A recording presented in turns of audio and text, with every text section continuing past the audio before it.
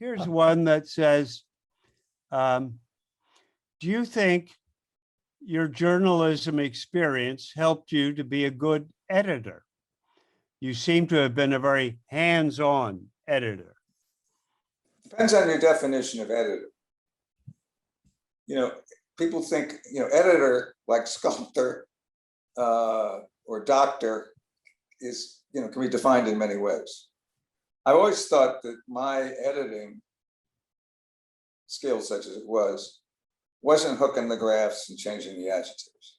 It was getting the story, because that's where I was as a reporter and as a journalist. My goal was to get the story, whether it was Robert McNamara or any of the other people, Vernon Jordan, any of the other people I worked with. I was determined to get the story, which is why, as a very hands-on editor, what I did was, when I was with these personalities and working with, usually they would have somebody working with them. Jimmy Carter did not, but others did. Barack did not. What you come to understand is how to get beyond the words on the page to what's really going on. And that's what a reporter wants to do. And that's what I did as an editor. And somebody like Vernon Jordan, I sat with him in our office. His co-author, Annette Gordon-Reed, who later went on to great fame as herself a writer and professor, and the editor. And we worked with Vernon to get beyond the facts of his story to the feeling of essence of his story. Mm-hmm. Remind very quickly, the book was called Vernon Can Read. And it was, Vernon Can Read is what his boss, an old banker in Atlanta, said one day when Vernon was working as a summer driver, found Vernon in the library looking at a book, and he said, "My God," he said to people at dinner, "Vernon can read." And that was the title of the book. And that was the story Vernon wanted to tell. Mm-hmm. And it wasn't the story of, I did this and I did that and Bill Clinton and so on. It was the story of how Vernon Jordan, young man from Atlanta, ended up being, as Henry Louis Gates says, he was to blacks in major business what Rosa Parks was to buses. That was Vernon. And in order to get the story, you had to become a partner. And again, one of the privileges for me was, since I wasn't an employee and I was the editor and so-called responsible for the book, they had to kind of take me seriously. Right. I want to go to Tony Schwartz for 1 second. Tony Schwartz regrets the fact that he was, and this is a harsh term, but a real term, he was the collaborator. He got credit on the cover. He got 50% of the proceeds of the book. Of course, when he looks back on that and realizes what the consequences were of that, of course he has regrets. Mm-hmm. I can feel, and I really believe that I was there watching, and I became, in effect, the publisher of the book and learned how to deal with somebody like Trump in publishing. Right. And because Random House gave him the money, I never gave him a penny, and he never gave me a penny. So it's even Steven. Another question, this from William Holstein, says, flash forward to today, sir. What do you think about the state of the modern correspondent? And what about the book publishing industry? Well, on book publishing, I think it's really great and continuing to be a surprising story. I say that the first book in print was Gutenberg's Bible, and the second book was called Publishing is Dead. People have been saying, oh my God, no one's going to read, no one's going to do this. Look, through the pandemic, books did fine. For this audience, for this group, one thing you have to remember is books never had advertising. So we didn't lose it. For us, it was always about engaging with people who wanted to read the book and pay for it. So the thing that is now common in journalism, which is let's get readers into subscribers, it was always our reality. So books have done well. Think about this.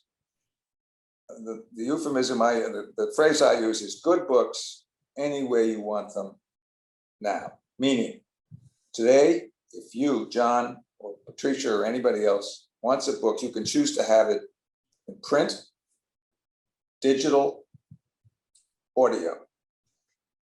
If you want it in print, you have to ask for it. If you want it in digital, you download it. And if you want it in audio, you download it right away.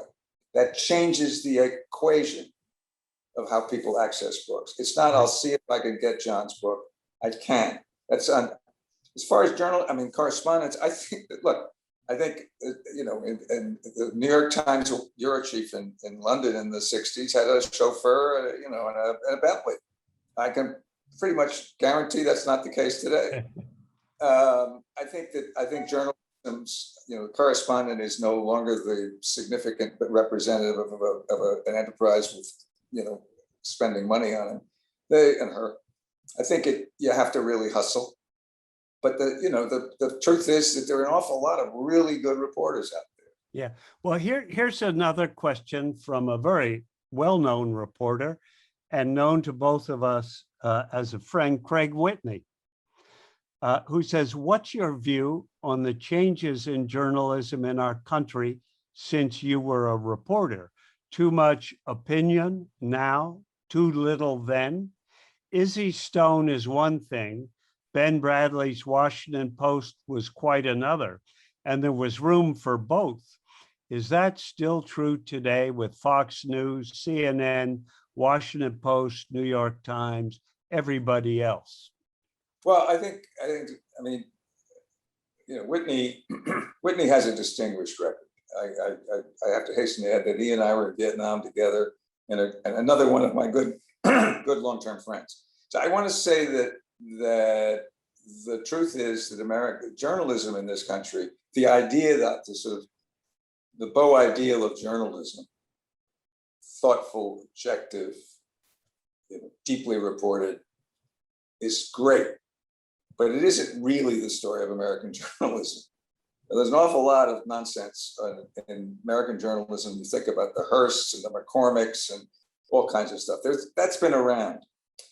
What's different now, and what I think is really at the core of let's agree as a problem, is the megaphone. When the Chicago Tribune basically instigated a war in Cuba, it was, relatively narrow focus on the audience. And we now know that you can say something and it explodes. The degree to which everything is available instantly and to everybody is an enormous change. And I think that, remember, we're still at the very early ages of trying to understand the full impact of whatever you call it, social media. But I think to some extent, we really need to figure it out and understand it. But, the same thing happened when television came along. Television came along, and in the space of 10 years, television was a dominant means of communications in this country. And what fascinates me is that right now, if you talk to younger people, for a great many of them, their most popular form of getting information are podcasts. Well, what is podcast? Podcast is radio. Podcast is the most old-fashioned way of broadcast communications, and yet it has a resilience. So what I'm saying is, some of what we're seeing now is historic in the American culture. Some of it is the consistency of storytelling and news. And some of it is the current means of distribution, which is so pervasive, it's so in your face. And finally, we are all now, every one of us is editor-in-chief. It's no longer the fact that you are given, you are now taking. You choose what the information is that you want. And by sitting in front of one of these screens, you can get anything you want. And that's new, and that's different. And what we still don't really understand is how impactful that is and how insidious, and whether in the long term, it really does undermine the culture and democracy and all the things we worry about. Yeah, well, you mentioned the beau ideal of journalism. Yes, there is a history of yellow journalism, but that goes farther back. And I think you have to recognize that, for about 40 to 60 years, we really had a kind of golden period in which major newspapers tried very hard to be more or less neutral or objective. Do you think that's now deteriorating? Do you see opinion seeping into the news columns of the New York Times and other publications? I think that I think you have to see that, again, journalism is, as I said, like medicine. It has many specialties. The New York Times, the Washington Post, and so forth, the New Yorker, the Atlantic, they're one facet of journalism, one specialty, one audience. The real danger, and I think it's no longer questionable, it's a fact. The real danger is what's happened to journalism on the lower population levels. We spend our summers in Southwest Michigan. And last summer, I spent the summer tracking a congressional race in our congressional district. And what I discovered, really looking at it very hard, was how very little information the average voter could get.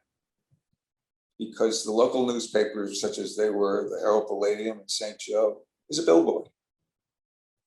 The so-called debate was on a radio station in Kalamazoo. And people were making decisions and judgments about who they were going to vote for on really, really, really primitive information. Mm-hmm. And I think that what we've got to figure out is how to reinvent the local news model. And that sounds virtuous, but it's absolutely essential because most people do not read the New York Times. The nightly viewership of Fox is a few million people. Its resonance is far beyond the few million people. But for a great many people in this country, where do you turn to get the kind of news you need to manage your life? If you asked people in Southwestern Michigan all summer, so I never asked them who they were going to vote for because that would end the conversation. But what do you really care about? What's on your mind? Healthcare. My father, he's busted, his knees are gone. My mother's a cancer survivor, and I'm terrified that I'm not going to be able to afford the medical care that my parents need. Mm-hmm. That's a big deal. And I think that if I had to, if I was in a position to do something about it, I think I would make my number one priority, not changing the New York Times. It is what it is. And you know what? Life wouldn't be fun if we couldn't complain about the New York Times. And the Washington Post was saved, everybody would agree, by Jeff Bezos, who it turns out doesn't pay taxes, right? So what really matters on the ground, seems to me, is what folks know about what their lives are like. What does it mean to them when a hospital closes? What does it mean to them when the schools are underfunded?